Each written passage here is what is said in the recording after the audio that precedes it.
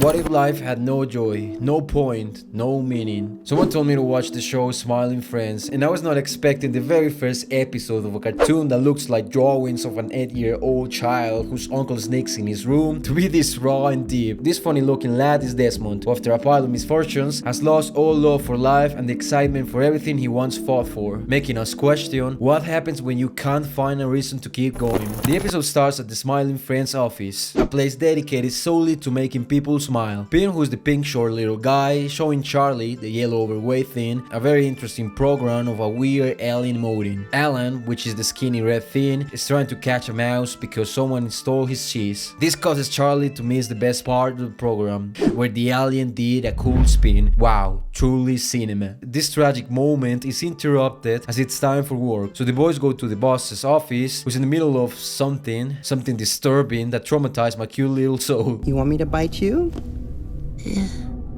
You know that hurts, Daddy. I told you, silly. Anyways, let's ignore that for mental health purposes. The boss tells them that a worried mom is concerned about her son who's been a bit low lately, and she's wondering if they can put a smile on the little rascal's face, so they head to the place. Pim is really excited as he really loves helping kids, so much so that he even screams, "I love kids," which is a little awkward thing to scream, even more when you are dressed like that. But hey, his heart is in the right place, or so I hope. After knocking the door and follow the mom who called them for help, he invites them to the little buddy's room. Hey little buddy, how are you doing? Oh my god! Whoa. Well, I think little Desmond isn't as little, and he seems to be a little worse than being in a bad mood. Desmond is a middle-aged man who is extremely depressed and calmly says that he is going to use the thing to peel his head. The boys ask what's going on, and the man tells them that things are not going well for him. His wife left him, his kids left him, his dog died of a broken heart, so yeah, he's planning to end it all or something. From this first scene, we can see how they are showing how Desmond's depression is not dramatic at all. That's more than, "Oh, I feel sad."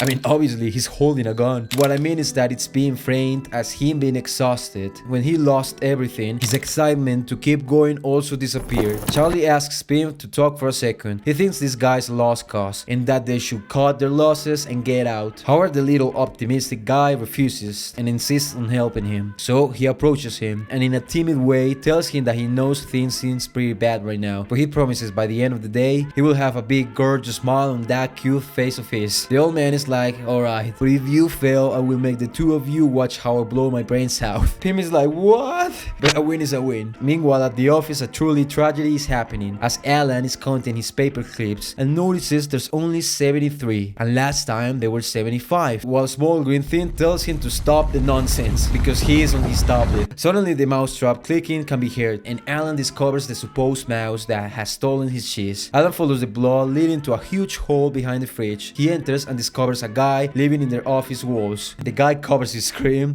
and tells him that he should knock when entering someone else's place. I don't know, I think this guy was maybe watching something he's ashamed of because of his attitude. Yeah, he was probably watching the YouTube channel for retarded kids, also known as Gumball Universe. Yeah, what a disgrace. Anyways, we cut to a happy customer that has been taken to Pim's family to show him one of the greatest joys in life, some cute quality family time. I got this, sometimes some family tension.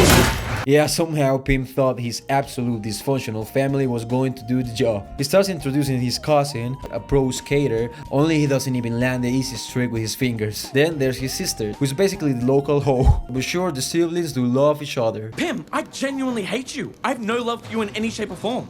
Right, babe? Well, at least Pim's parents are worth showing, right? Well, if we ignore his mom's alcoholism and his dad not wanting to be near his disgusting family, everything seems pretty fine, right? Your son's home! Oh, would you shut the f*** up, woman?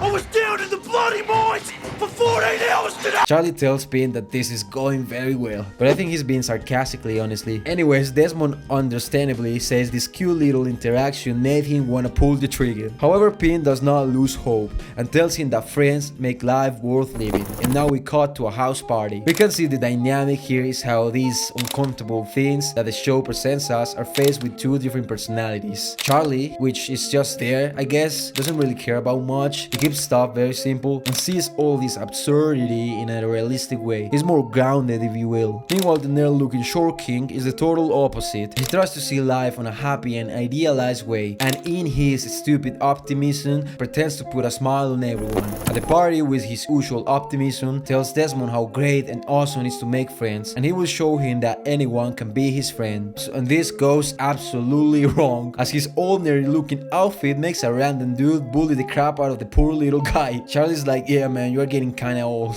It's fine, our best years are just behind us. And Desmond is like, yeah, exactly. Even Pim agrees with this. And now he's more aware of how really the world out there really sucks. However, before he can think about it, Desmond is like, alright, I'm gonna click this thing. Pim quickly interrupts him, saying that he knows the perfect place that surely will help him cheer him up. Daveland, an amusement park focused on a guy named Dave.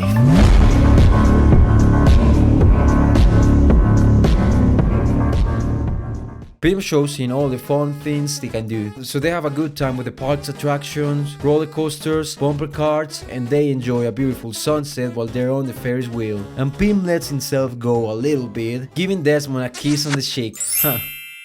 Before we see if this worked, we need to see how Alan is doing, as he's searching for his cheese, and after exploring for a while, he found a little purple thing that wasn't a mouse, and he has the cheese while seems to be scared. Alan tries to calm him and to give his cheese back, and while trying to get the cheese, he's stabbed with a paper clip that has disappeared. The purple bastard runs with the cheese and hides inside, I guess a testicle, but because when Alan hits and shakes the thing, it comes an avalanche of little sperms that drags in and floods the offices of the entire building. Back with the big balding old man and the homies, Pim asks Desmond if all of this has made him feel better, and if he no longer wants to waste bullets. And Desmond is like, yeah, I guess. Pim thinks this is a victory. However, Desmond, with a depressing, nihilistic vision of life, comments that it felt good for a little bit, but like good things always do, that excitement he had is gone, and he returns to his hole. He says that the best parts of life are nothing more than momentary distractions to keep you busy and not thinking about the harsh reality for a second. He can ride roller coasters, meet new friends, and spend time with his family all day long. It doesn't change the fact that the sun is going to explode and they're just gonna die either way, and all of this was for nothing.